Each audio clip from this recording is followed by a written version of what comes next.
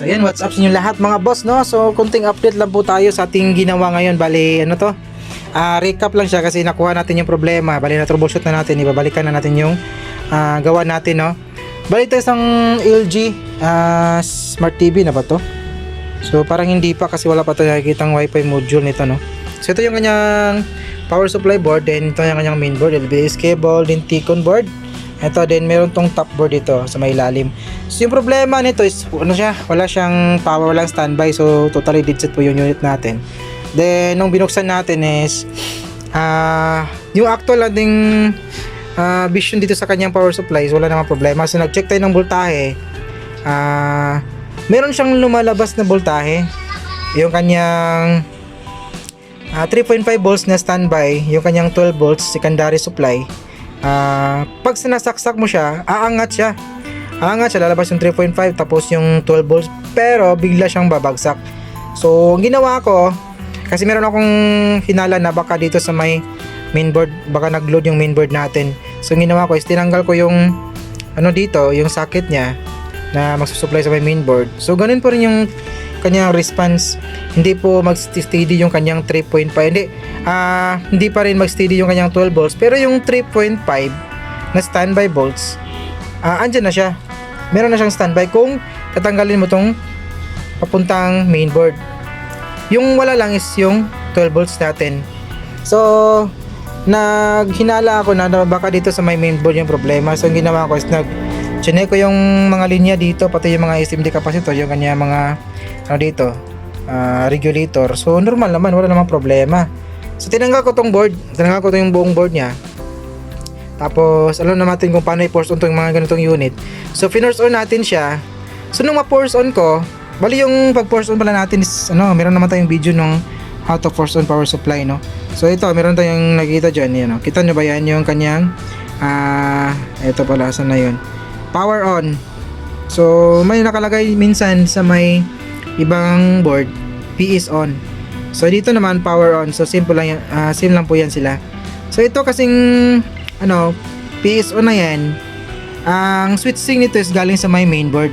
So hindi po yan gagana kapag walang mainboard. So ang ginawa natin kasi cancel natin yung mainboard, pinurse on natin. Bali yung pag force on nito is ano lang siya, from P is on na dito sa may side na to, yan, linya ng P is on, magagamit na lang ng 100 ohms or 10 ohms na resistor. Kukonekta mo sa may P is on na line, tapos kakabit mo sa may 3.5 yung kanyang standby, 3.5. Iko-connecta mo ngayon sa may 3.5 yung P is on na linya na hindi nakakabit yung papuntang mainboard. Ayan. So kapag normal yung power supply, kukusang lalabas talaga ng normal yung kanyang secondary supply, tulad ng 12 volts, 18 volts. Yun sa sa TCL na board, merong 18 volts maliban sa 12 volts. So dito 12 volts at saka 24 volts yung kanyang supply, secondary supply. So nung ma-force on natin is bagsak pa rin siya. So parang ganun yung resulta niya. Aangat siya, lalabas yung 12, tapos yung 24, tapos yung 3.5, aangat siya, tapos biglang babagsak. So parang parang totally lang siya, pag aakyat siya tapos biglang bababa. So nagka-idea tayo na hindi sa may mainboard yung problema, kundi sa may power supply natin. Kasi kung normal yung power supply, kapag pino-force on natin yan, mag-steady talaga yung mga secondary supply tulad ng 12 volts, 24 at saka 18.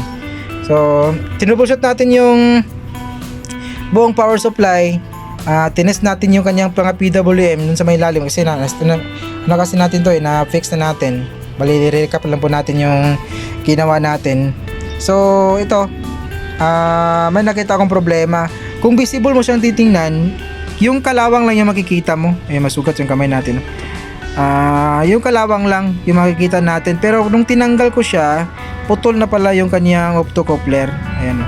Itong optocoupler na to is yung feedback na magsusupply na magbibigay ng feedback dito sa may sa may PWM ng ating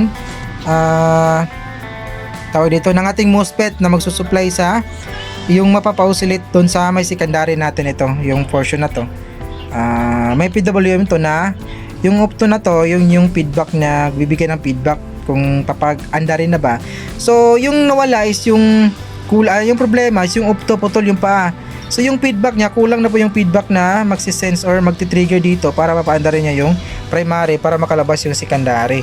So nung tinanggal ko siya, saka ko lang siya nalaman na putol pala. Ayan.